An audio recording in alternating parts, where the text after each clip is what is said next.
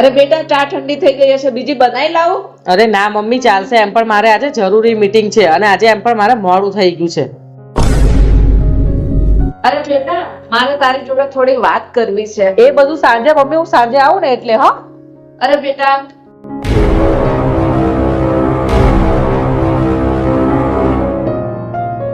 અરે આ ચા અને આ મમ્મીની ચિઠ્ઠી. બેટા, તું બહુ થાકી ગઈ હશે. આ ચા પી લેજે, તારું ગળું સારું રહેશે. અને તારું માથું દુખતું હોય તો પેલી દવા ડ્રોવરમાં મૂકી છે. હું જાગતી જ હતી પણ તને ડિસ્ટર્બ કરવી હતી નહીં, એટલે મેં ચિઠ્ઠી લખીને મૂકી છે. તારી મમ્મી. મમ્મી, મમ્મી સવારે શું કહેતા હતા, હવે કયો. કઈ નહીં બેટા, મારે તો તારા હાથની એક કપ ચા પીવી હતી. હું તને કહેવાની હતી પણ તું ઉતાવળમાં બહુ હતી, એટલે મને એવું લાગ્યું કે તું મારી વાતને ટાળે છે.